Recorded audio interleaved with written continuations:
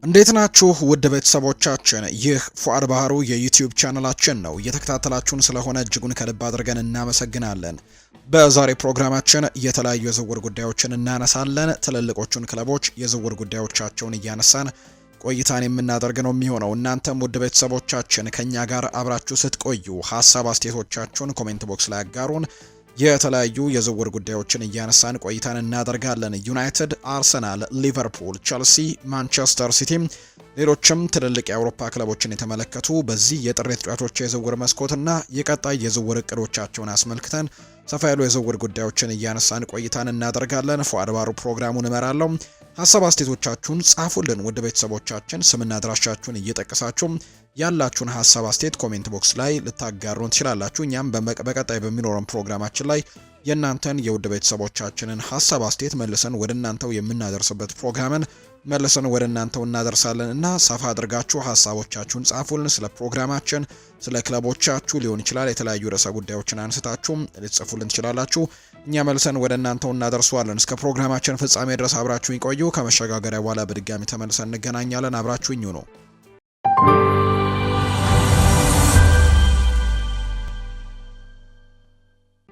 ወደ ቀዳሚው መረጃችን እናምራ ውድ ቤተሰቦቻችን። የቀድሞ የሊቨርፑል ተጫዋችና የአሁኑ የስፖርት ተንታኝ የሆነው ዳኒ መርፊ ማንቸስተር ዩናይትድ ኦሌ ጉናር ሶልሼርን እንኳንም በድጋሚ በጊዜያዊነት አሰልጣኝነት አለመቅጠሩን እንዳስደሰተው ነው የተናገረው። እንኳንም አልቀጠረው ሲል ጭምር ነው ዳኒ መርፊ የተናገረው። መርፊ ለቢቢሲ ማች ኦፍ ዘ ዴይ ላይ ሲናገር ክለቡ ቀደም ብሎ ያሰናበተው ሶልሼርን በድጋሚ መፈለጉ ራሱ በጣም አሳፋሪ ተግባር ነው ሲልም ጭምር ነው የተናገረው። ይህ ኖርዌያዊ ታክቲሽያንና የቀድሞ የዩናይትድ ተጫዋች ጆዜ ሞሪኒዮ ከክለቡ ከተሰናበቱ በኋላ መጀመሪያ በጊዜያዊ አሰልጣኝነት ተቀጥሮ የነበረ ሲሆን በኋላም በቋሚነት እንዲቀጥል መደረጉን እናስታውሳለን። ሆኖም ግን በኖቬምበር 2021 ውጤት ባለማስመዝገቡ ከክለቡ ተሰናብተዋል። አሁን ክለቡ ካለበት የባሰ ሁኔታ አንጻር በድጋሚ ወደሱ መዞራቸው ግራ ጋብቶ የነበር ሲልም ነው የተናገረው ዳኒ መርፊ። ማንቸስተር ዩናይትድን ሶልሼርን በፍጹም እንዳያመጣው ማስጠንቀቂያም ሰጥቼ ነበር ብሏል መርፊ። ስለ ዩናይትድ አሰልጣኝ ሁኔታም ተጠይቆ ሲመልስ ሶልሼር ለሁለተኛ ጊዜ በጊዜያዊ አሰልጣኝነት ቢመጣ ኖሮ ከባድ ይሆን ነበር፣ የቀረበውንም ሀሳብ አልደግፈውም ሲልም ነው የተናገረው። መርፊ ከሶልሼር ይልቅ እንደ ሮይኪን ያሉ ሰዎች እድል ቢሰጣቸው እንደሚገባ ጭምር ነበር ሲናገር የነበረው። የሶልሼር መመለስ እብደት ነበር ሲልም ጭምር ነው የተናገረው። ማንቸስተር ዩናይትድ ከጥቂት ዓመታት በፊት ስላልተሳካለት እንዲወጣ ክፍያ ፈጽመውለታል። አሁን ደግሞ ተመልሶ እንዲመጣም መፈለጋቸው ጭምር ራሱ አነጋጋሪ ነው። እንደ ማይክል ካሪክ ያሉ አማራጮች እያሉ ይህ አሳፋሪ ውሳኔ ነበር። በተጨማሪም ደጋፊዎች እንዲመለስ የሚፈልጉትም እንደ ሮይኪን ያለ ሰው ነው። ዳኒ መርፊ አክሎም ምናልባትም አንዳንድ ሰዎች ሮይኪን መምጣቱን ሁከት ሊፈጥር ይችላል ብለው ያስቡ ይሆናል። ነገር ግን እሱ መሪ ነው። አሁን ክለቡ ሁሉንም ሊያነቃቃ ሊያስብ የሚችል ሰው ይፈልግ ነበር።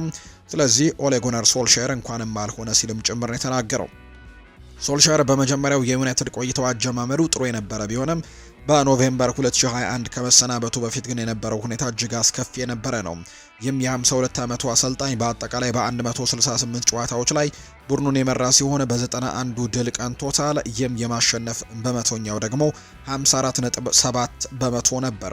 ፋብሪዚዮ ሮማኖ በዩቲዩብ ቻናሉ ላይ እንደዘገበው ሶልሼር ለመመለስ የሚያደርገው ንግግር ገፍቶ የነበረ ቢሆንም ነገር ግን በተለያዩ ጉዳዮች ግን ማንቸስተር ዩናይትድ ከሶልሼር ይልቅ ማይክል ካሪክን ምርጫው እንዳደረገና ማይክል ካሪክን እንደመረጠው የሚታወስ ጉዳይ ነው። ሚኬል አርቴታ ስለ ጋብሪኤል ማርቲኔሊ አንዳንድ ጉዳዮችን አጋርቷል። በተለይ ከሊቨርፑል ጨዋታ ጋር በተያያዘ በርካታ ያሉ ውዝግቦች ሲነሱበት እንደነበር እናስታውሳለን። ከኮነር ብራድላይ ጋር በፈጠረው ጉዳይ ማለት ነው። ከዛ በኋላ ግን በፖርትስማውዝ ጨዋታ ላይ ሃትሪክ መስራቱን እናስታውሳለን። ሚኬል አርቴታ ግን ከኮነር ብራድላይ ጋር በተያያዘ ነው አንዳንድ ጉዳዮችን ያጋሩት። ጋብሪኤል ማርቲኔሊ በጉዳት ላይ የነበረውን የሊቨርፑል ተከላካይ ኮነር ብራድላይ መካከል የተፈጠረው ክስተት ብዙዎችን ያስቆጣ ነበር። ኮነር ብራድላይ በደረሰበት ከባድ ጉዳት ምክንያት ሜዳ ላይ ወድቆ በነበረበት ሰዓት ማርቲኔሊ ተጫዋቹን ሆን ብሎ ጊዜ እያባከነ ነው በሚል በኃይል ከሜዳ ጎትቶ ሲያስወጣውም ሲገፋውም ታይቷል። ብራድላይ ግን ጉዳቱ ከባድ ስለነበር የመጨረሻም በቃሬዛ ለመውጣት ተገዷል። ከዛ በኋላም በተደረገለት ምርመራ ይህንን ዓመት እንደማይመለስ የሚያሳዩ መረጃዎች ናቸው ወጡትና ይሄ የማርቲኔሊ ድርጊት በበርካታ ተመልካቾችና በተንታኞች ዘንድም ክፉኛ ትችትን አስከትሎበት ነበር። የአርሰናል አሰልጣኝ ሚኬል አርቴታ ከጨዋታው በኋላ ለስካይ ስፖርትም ሲናገሩ ግን ተጫዋቻቸውን ተከላክለውለታል። ማርቲኔሊ የብራድሌይን ጉዳት ምን ያክል እንደሆነ ያወቀ አልመሰለኝም፣ ለዛ ነው ይህንን ነገር ያደረገው። ጋብሪኤል ማርቲኔሊን እስከማውቀው ድረስ ምንም አይነት ክፉ ነገር የማድረግ ፍላጎት የሌለው ተጫዋች ነው። በኮነር ብራድሌይ ላይ ምን እንደደረሰ ባላውቅም ጉዳቱ ከባድ እንደማይሆንበት ተስፋ አድርጌ ነበር፣ ነገር ግን የተፈጠረው ተፈጥሯል ሲልም ጭምር ነው የተናገረው። የቀድሞ ተጫዋቾችና ተንታኞችም ጭምር ሀሳቦቻቸውን ሰጥተዋል። ለምሳሌ ያክል ዳኒ ስተሪጅ ድርጊቱን ከአክብሮት መጓደል በላይ የከፋ ነገርም ነው ሲል ጭምር ነበር የገለጸው። ሮይ ኪን በአንጻሩ ብራድሌይ ጉዳት የሚያስመስል አይነት ተጫዋች አለመሆኑ በግልጽ እንደሚታወቅ ገልጸው ማርቲኔሊ ያሳየው ባህሪ ተገቢ አለመሆኑን ይናገራል። በአጠቃላይ ጨዋታው ብዙም ሳቢ ባልነበረበት በዛ ምሽት የማርቲኔሊ ድርጊት ግን በርካቶችን አነጋግሮ እንደነበር ጭምር ነው የተናገረው። ከዛው ጨዋታ ጋር አያይዞም የሊቨርፑሉ የቀድሞ ተጫዋች ጄሚ ካራገር አርሰናል ከሊቨርፑል ጋር ባደረገው ጨዋታ ላይ አሰልጣኝ ሚኬል አርቴታ የተከተለው እጅግ ጥንቃቄ የተሞላበት ታክቲክንም ጭምር በኤክስ ገጹ ላይ ከፍተኛ ትችቶችንም የሰነዘረበት መርሃ ግብር እንደነበር እናስታውሳለን። አርሰናል በሜዳው ሊቨርፑልን አስተናግዶ 0-0 ነበር የተለያየው። በፕሪሚየር ሊግ የነበረ ጨዋታ እንደነበር እናስታውሳለን ያኔና በተለይ ያ ጨዋታ በርካቶች የሚያስታውሱት ከማንቸስተር ሲቲ ጋር ምናልባት የነጥብ ልዩነቱን ወደ 8 ከፍ ማድረግ የሚችሉበት መርሃ ግብር እንደነበር እናስታውሳለን እና ጄሚ ካራገር አርሰናሎች እየተከተሉት የሚገኘው የጨዋታ ዘይቤ ትክክል አለመሆኑን ይናገራል። ከዛ ጨዋታ ውጪ ደግሞ በፖርትስማውዝ ጨዋታ ላይ ከቆሙ ኳሶች ጎሎችን ለማስቆጠር መሞከራቸው አርሰናል እግር ኳሱን እያቀጨጨው ነው የሚል አይነት ሀሳብም ጭምር የሰጡ በርከት ያሉ ሰዎች እንዳሉ እየተመለከትን ነው የምንገኘው። ማንቸስተር ዩናይትድ በቅርብ ወራት ውስጥ ስኮት ማክቶሚኔን ወደ ክለቡ የመመለስ እድልን እያጤነበት ነው ተብሏል። የ29 ዓመቱ ስኮትላንዳዊ አማካይ በናፖሊ ቤት እጅግ አስገራሚ ጊዜን እያሳለፈ ነው የሚገኘው። ባለፈው የውድድር ዘመን በ2024-25 ናፖሊ የጣሊያን ሲሪኤ ዋንጫን እንዲያነሳም ትልቅ እገዛ ማድረጉን ተከትሎ ለ2025 የባሎን ዶር ሽልማትም ታጭቷል። ማንቸስተር ዩናይትድ በተጫዋቹን በ30 ሚሊዮን ዩሮ ለናፖሊ የሸጠው ቢሆንም አሁንም ግን ናፖሊ ተጫዋቹን መልቀቅ ከፈለገ በ60 ሚሊዮን ዩሮ በላይ ሊጠይቅ እንደሚችል ነው የሚነገረው። ተጫዋቹን በዝቅተኛ ዋጋ ሽጦ በአጭር ጊዜ ውስጥም በሁለት እጥፍ ዋጋ መልሶ መግዛት የክለቡ ትልቅ ስትራቴጂ ውድቀትን ተደርጎ ሊወሰድ እንደሚችል ነው ዘገባዎች የሚያሳዩት።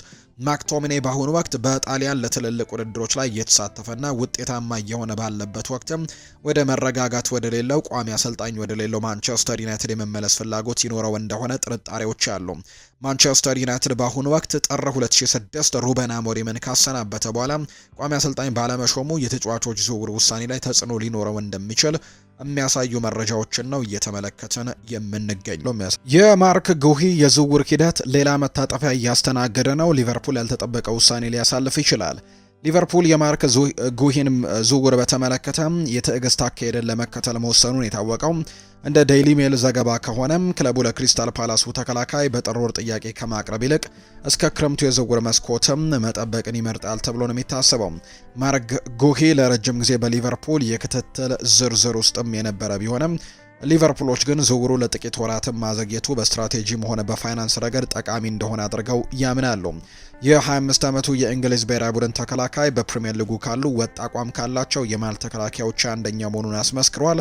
በክሪስታል ፓላስም የአምበልነት ሚናን ከበረከቡ ባለፈም በአሰልጣኝ ኦሊቨር ግላርሰን ስርም የቡድኑ የጀርባ አጥንት ሆኗል። የሱ መሪነት በኳስ ቁጥጥር ላይ ያለው መረጋጋትና ጨዋታዎችን ከኋላ የመመስረት ብቃቱ ለሊቨርፑል የረጅም ጊዜ የተከላካይ ክፍል እቅድም ተስማሚ ያደርገዋል። ሊቨርፑል ይህንን ውሳኔ እንዲያስተላልፍ ካደረጉት ዋና ምክንያቶች አንደኛው የጉሂ ውል ስምምነት ሁኔታ ነው። ተከላካዩ በሴልኸርስት ፓርክ ያለው ውልም ወደ መጨረሻው ዓመት እየተቃረበ በመሆኑ ሊቨርፑል እስከ ክረምቱ ከጠበቀ የተሻለ የመደራደር አቅም ይኖረዋል። ክሪስታል ፓላሶች አምበላቸውን በውድድር ዓመቱ አጋማሽ ላይ አሳልፎ ለመስጠት ፍላጎት የላቸውም። በተለይም በሊጉ ያላቸው መረጋጋትን ለመጠበቅ ስለሚፈልጉ በጥር ወር ተጫዋቹን ለመልቀቅ ክለቡ ከፍተኛ የዝውውር ሂሳብ ሊጠይቅ ይችላል። ሊቨርፑል ደግሞ ይህንን ተጨማሪ ወጪ ማስወገድ ነው የሚፈልገው። ከሊቨርፑል አንጻር በአሁኑ ሰዓት በአስቸኳይ ተከላካይ የማስፈረም ግፊት የለም። ምንም እንኳን ጉዳቶችና የተጫዋቾች ሽክርክርም ቡድኑን ቢፈትኑትም ክለቡ የውድድር ዓመቱን ለማጠናቀቅ በቂ የተከላካይ ሽፋን እንዳለው ነው የሚያምነው። የክለቡ አመራሮች በክረምቱ የዝውውር መስኮት የገበያውን ሁኔታ ረጋ ባለበትና ድርድሮችም ብዙ ጫናዎች በማይኖሩበት ወቅት ተጫዋቾችን ማስፈረምን ይመርጣሉ። እስከ ክረምቱ በመጠበቅ ሊቨርፑል ማርክ ጉሂን በነፃ ዝውውር ሊያገኙት የሚችሉበት እድሉ አለ። የውሳኔ አሰልጣኝ አርኔ ስሎት አሁን ባሏቸው ተከላካዮች በቨርጂል ቫን ዳይክ በኢብራሂማ ኮናቴ ላይ ሙሉ እምነት እንዳላቸው የሚያሳይ ነው። ሊቨርፑል እንግሊዛዊውን ተከላካይ ለማስፈረም በራስ መተማመን አለው። ሆኖም ግን ከዚህ ባለፈ ውሳኔውን በፋይናንሻል ሁኔታ ላይ የተመሰረተ ይመስላል። ማርክ ጉሂ ራሱ በቻምፒየንስ ሊግ ለሚሳተፍ ክለብም ለመጫወት ፍላጎት ያለው ሲሆን የሊቨርፑል ስፖርታዊ ፕሮጀክትም ለሱ ማራኪ እንደሚሆን ነው የሚታመነው። ባለፈው ክረምት ወደ አንፊልድ ለማቅናትም የነበረው እቅድ ሳይሳካ ቢቀርም ተከላካዩ በሚቀጥለው ዓመት ዝውውሩ እንዲፈጸም ቆርጦ ተነስቷል። ሌሎች የእንግሊዝና የአውሮፓ ክለቦች ሁኔታውን እየተከታተሉ ቢሆንም ሊቨርፑል በትዕግስት በመጠበቅ ረገድ ግን በዝውውር ፉክክሩ ላይ ቀዳሚ እንደሚሆን እርግጠኛ እንደሆነ ነው መረጃዎቹ የወጡት። ቶትናም ሆትስፐርስ ስፔናዊውን አጥቂ ሳሙ አኪዮን ለማስፈረም ፍላጎት አሳይቷል። ይህ የ21 ዓመት ወጣት ወደ ፖርቱጋል ካቀና በኋላ ድንቅ ብቃትን እያሳየ የሚገኝ ሲሆን ባለፈው የውድድር ዘመን 27 ግቦችን አስቆጥሮ ነበር። ሳሙ አኪዮ በዘንድሮ የውድድር ዓመትም በሁሉም ውድድሮች 18 ጊዜ የግብ መረቡን በመንካትም አስደናቂ ብቃቱን አሳይቷል። በከፍተኛ ደረጃ የመወዳደር ብቃት ያለው ሲሆን ወደ እንግሊዝ ፕሪምየር ሊግ ማቅናቱም ለሱ ተመራጭ ሊሆን ይችላል። ስፐርስ በቋሚነት ግብ ማስቆጠር የሚችልበት አስተማማኝ አጥቂ ያስፈልገዋል። ይህም የ21 ዓመቱ ወጣት የክለቡን የግብ ማስቆጠር ችግር ሊፈታው ይችላል።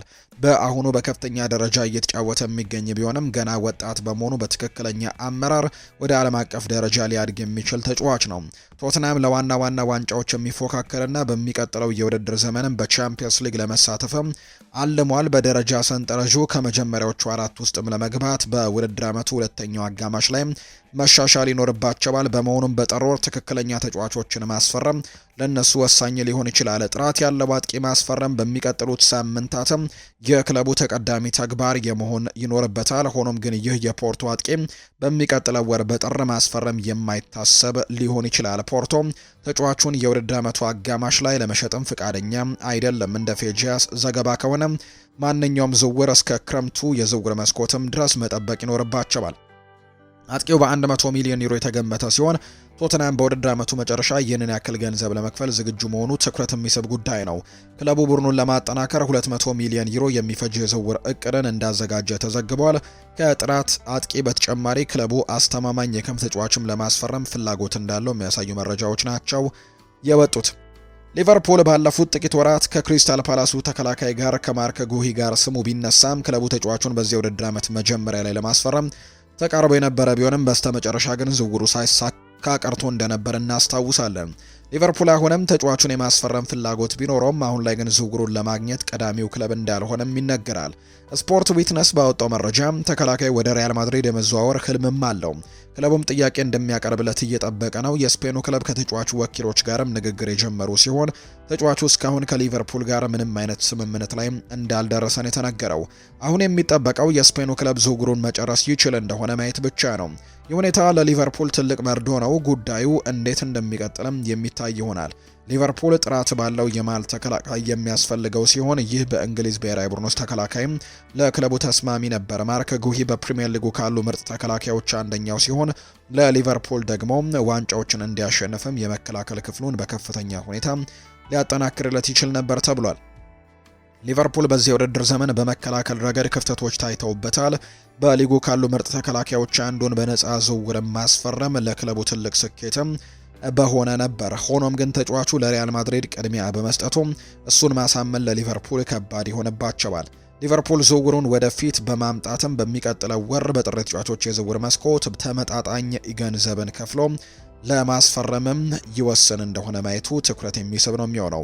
ክሪስታል ፓላስም ቢሆን መሪያቸውን ወይም ካፕቴናቸውን በውድድር ዓመቱ አጋማሽም ለማጣት ዝግጁ ናቸው ወይ የሚለው ጥያቄ ነው። ምናልባትም ክለቡ ተጫዋቹን በክረምቱ ነፃም ከሚያጣው ይልቅ አሁን ላይ በጥር ወር ሽጦ የተወሰነ ገንዘብ ማግኘትን ሊመርጥ እንደሚችል የሚያሳዩ መረጃዎች ናቸው የበጡት። እንደ ዴይሊ ሜል ዘገባ ከሆነ ክሪስታል ፓላስ ለማንቸስተር ሲቲው የክንፍ መስመር ተጫዋች ኦስካር ቦብ የውሰት ጥያቄ የማቅረብ የጥር ወር የዝውውር እቅዱንም አጠናክሯል። እንቅስቃሴ ክሪስታል ፓላስ የኦሊቨር ግላርሰንን ስብስብም ለማጠናከር በሀገር ውስጥ ሊግም ያለውን ተነሳሽነትና አሁን ላይ እያደረገ ያለውን የአውሮፓ ውድድር ተሳትፎ ሚዛናዊ ለማድረግም በቁርጠኝነት ያሳያል። ኤግልሶች ወይም ክሪስታል ፓላሶች አሁን ባላቸው የተጫዋቾች ቁጥር ማነስ ምክንያትም በዚህ የክረምት የተጫዋቾች የዝውውር መስኮት ንቁ ተሳትፎ ያደርጋሉ ተብሎ ነው የሚጠበቀው። ክሪስታል ፓላስ ከካራባው ካፕ መሰናበቱ የጨዋታ መደራረብን የሚቀንስም አሁንም በዩሮፓ ኮንፈረንስ ሊግ ውስጥም የሚገኝ በመሆኑም በላይ በፕሪሚየር ሊጉም ጠንካራ ሆኖ ለማጠናቀቅም እየገፉ ይገኛሉ። ይህ የጨዋታዎችም ጥምረት የክለቡን አመራሮች በውድድር ዓመቱ ሁለተኛው አጋማሽ ላይ የቡድኑን ጥንካሬ ለመጠበቅም ቢያንስ አንድ አጥቂ ማስፈረም እንደሚያስፈልግ አሳምኗቸው። የክሪስታል ፓላስ በኦስካር ቦብ ላይ ያለው ፍላጎት በማንቸስተር ሲቲ በኩል ከሚጠበቁ ክስተቶችም ጋር የተያዘ ነው። ሲቲ የቦርንመዙን አንቷን ሴሜኒዮን ማስፈረሙን ተከትሎም ዝውውሩ ከተሳካ በክንፍ አጥቂ መስመር ላይ ኦስካር ቦብ ይህንን ተጫዋች እንግዲህ ለማስፈረምም ክሪስታል ፓላሶች ትልቅ እድል አግኝተዋል አሁን ላይ። ምክንያቱም አንቷን ሴሜኒዮ ወደ ሲቲ መቀላቀሉን ተከትሎ በዚህ ሁኔታ ውስጥ የ21 ዓመቱ ኖርዌያዊ ኦስካር ቦብ በፔፕ ጓርዲዮላ ስር ቋሚ የመጫወቻ ጊዜ ማግኘት እድሉን ይበልጥ አጥብቦበታል። ምንም እንኳን ኦስካር ቦብ ለሲቲ አካዳሚ ከፍተኛ ግምት የሚሰጠው ተጫዋች ቢሆንም በዚህ የውድድር ዘመን የመሰለፍ እድል ለማግኘት ግን ተቸግሯል። ጋርዲዮላ ስለ ቦብ ብልህነትና ተለዋዋጭነት በተደጋጋሚ ቢናገሩም በሲቲ ያለው የአጥቂዎች ብዛት ግን ተሳትፎውን ገድቦበታል። ይህም የውሰት ዝውውሩን ለሁለቱም ወገኖች ተመራጭ ያደርገዋል።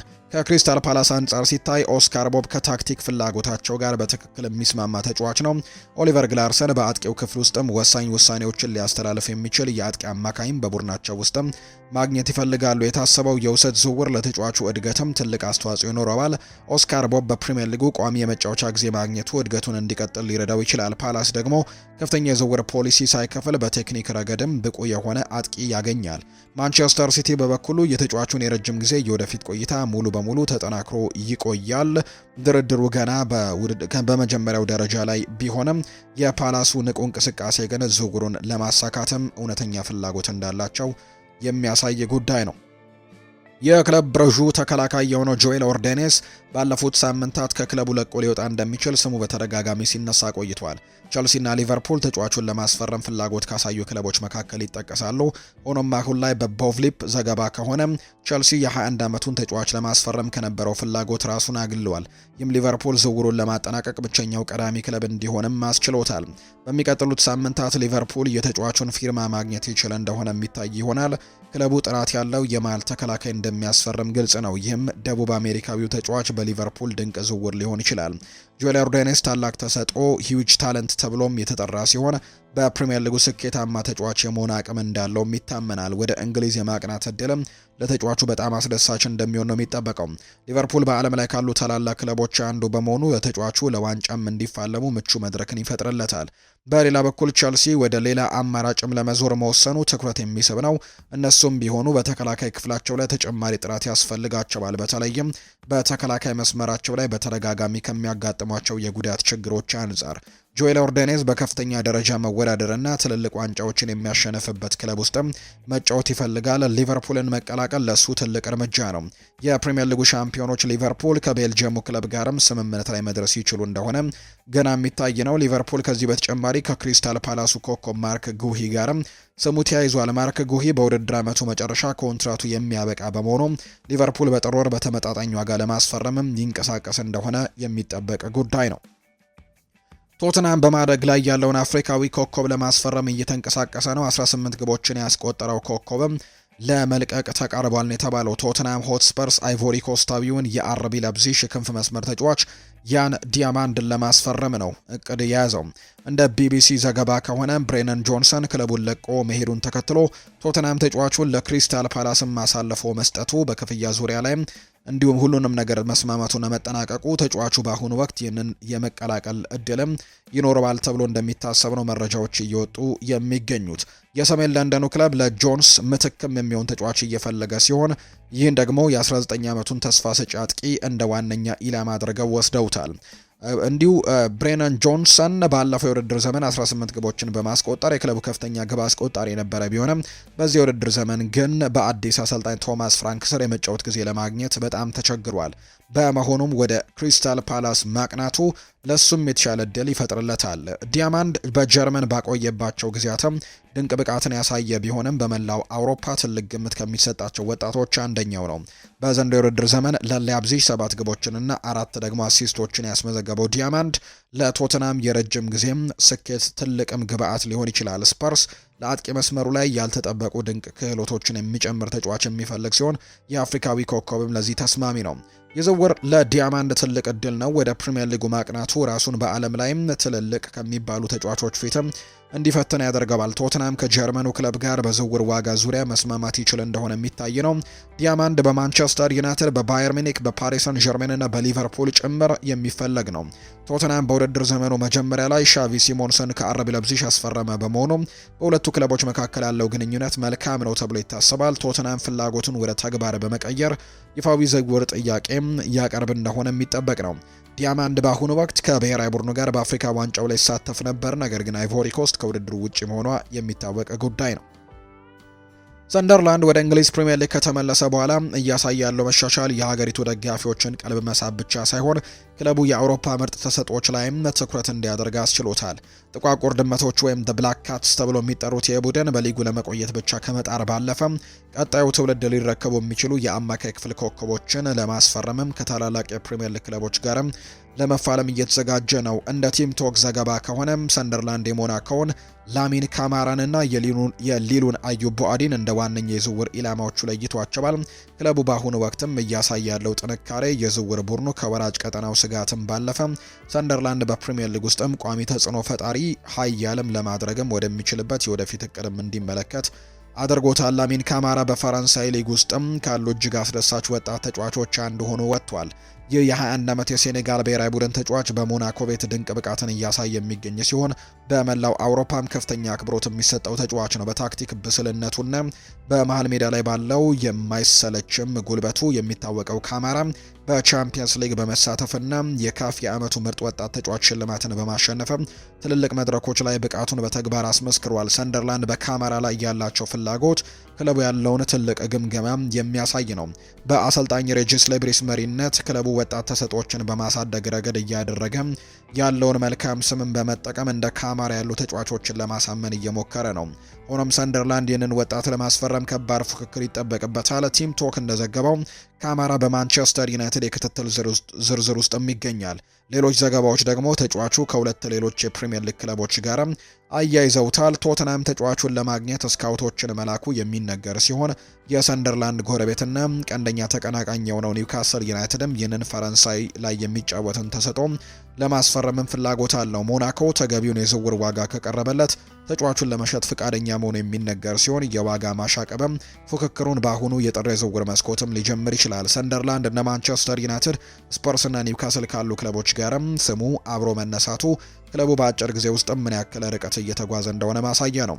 ሰንደርላንድ በአሁኑ ወቅት በፕሪሚየር ሊጉ የደረጃ ሰንጠረዥ 7ኛ ደረጃ ላይ ተቀምጧል። ከተቀናቃኞቹ አንጻርም በጣም አነስተኛ በጀትን ይዞ የገባ ቡድን ቢሆንም እንደ ቶትናም እና ኒውካስል ያሉ ክለቦችን በልጦ ተገኝቷል። የሌጂስ ሌብሪስ አብዮትም ሰንደርላንድ ከሻምፒዮንሺፕ አሸናፊነት ወደ ቶፕ ክላስም ተፋላሚነት ተቀይሯል።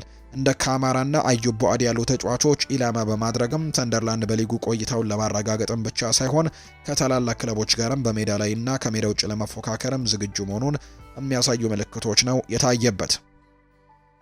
አርሰናል የብራዚላዊውን የኮረንቲያስ አማካይ የሆነው ብሬናን ቢዶን ለማስፈረምም ፍላጎት አለው። የዓመት ወጣት በደቡብ አሜሪካ ከፍተኛ ግምት የሚሰጠው ሲሆን ለክለቡም ትርፋማ የረጅም ጊዜ ኢንቨስትመንት ሊሆን ይችላል። ማንቸስተር ዩናይትድም ከዚህ ተጫዋች ጋር ስሙ ተያይዟል። አርሰናል ይህንን ዝውውርም ዳር ሊያደርሰው ይችል እንደሆነ የሚታይ ነው። ቦቭሊፕ እንደዘገበው ከሆነ አርሰናል አማካዩን ለማስፈረም ከብራዚሉ ክለብ ጋር ግንኙነት አድርጓል። ክለቡ ተጫዋቹን ለማስፈረም ቀጥተኛ ጥያቄ ወይም ዳይሬክት ጥያቄዎችን ቢያቀርብም እስካሁን ግን ይፋዊ የዝውውር ሂሳብ አልቀረበም። አርሰናል በመሃል ሜዳ ላይ ተጨማሪ ጥራትና ፈጠራ የሚያስፈልገው ሲሆን የ20 ዓመቱ ቢዶን ለዚህ ተስማሚ ምርጫ ነው። እንደ መሃል አማካይ ወይም ሴንትራል ሚድፊልደር እና እንደ አጥቂ አማካይ አታኪንግ ሚድፊልደር ሆኖ መጫወት መጫወት የሚችል ሲሆን በቴክኒክ ብቃቱ በፈጠራ ችሎታውና በራዕዩ ለቡድኑ አጋሮቹ የግብ ዕድሎችን ለመፍጠርም ይረዳል። በተጨማሪም አርሰናል ጨዋታውን ፍጥነት ወይም ቴምፖ እንዲቆጣጠርም ትልቅ እገዛ ያደርግለታል። አርሰናል ተጫዋቹን በቤታኖ ካፕም ፍጻሜ ላይ በቅርብ ተከታትሎታል። ክለቡ ዝውውሩን ለማጠናቀቅም ይፋዊ ጥያቄ ያቀርብ እንደሆነ የሚጠበቅ ይሆናል። አርሰናል በዓለም ላይ ካሉ ታላላቅ ክለቦች አንዱ በመሆኑ ይህንን ክለብም የመቀላቀል እድል ለወጣቱ ተጫዋችም ትልቅ ተነሳሽነትን ይፈጥርለታል። ቢሆን ወደፊት በከፍተኛ ደረጃ መወዳደር የሚፈልግ ሲሆን የፕሪሚየር ሊግ ክለብን መቀላቀል ለሱ የተሻለ ምርጫ ነው። አርሰናል ከዚህ ቀደም ወጣት ተጫዋቾችን በማሳደግ ረገድ መልካም ስም ያለው በመሆኑ ለቢሮ እድገትም ቁልፍ ሚና ሊጫወት ይችላል። አርሰናል ባለፉት የዝውውር መስኮቶች በንቃት ሲሳተፉ ቆይተዋል። በርካታ ጥራት ያላቸው ተጫዋቾችን ማስፈረምም ያስፈረሙ ሲሆን ይህንን ብራዚላዊ ወጣት መጨመር ለቡድኑ ሌላ ተጨማሪ ጥንካሬ ይሆናል። ሌሎች በርካታ ክለቦችም የተጫዋቹን ሁኔታ በቅርበት እየተከታተሉት እንደሚገኙ የሚያሳዩ መረጃዎች ናቸው አሁን ላይ እየተመለከተን የምንገኘው። ውድ ቤተሰቦቻችን ይህ ፉአድ ባህሩ የዩቲዩብ ቻናላችን ነው። ስላደመጣችሁን፣ ስለተከታተላችሁን ከኛ ጋርም ስለነበራችሁ እጅግ ከልብ አድርገን እናመሰግናችኋለን። ፉአድ ባህሩ የዛሬውን ፕሮግራም እየመራው ከእናንተ ጋር ቆይታን አድርጌያለሁ። በቀጣይ ፕሮግራሞቻችን ሌሎች ስፖርታዊ ጉዳዮችን አካተን በድጋሚ ተመልሰን የምንገናኝ ይሆናል። ለዛሬ ግን ስላደመጣችሁኝ ከልብ አድርጌ ነው የማመሰግነው። መልካም ጊዜ ይሁንላችሁ።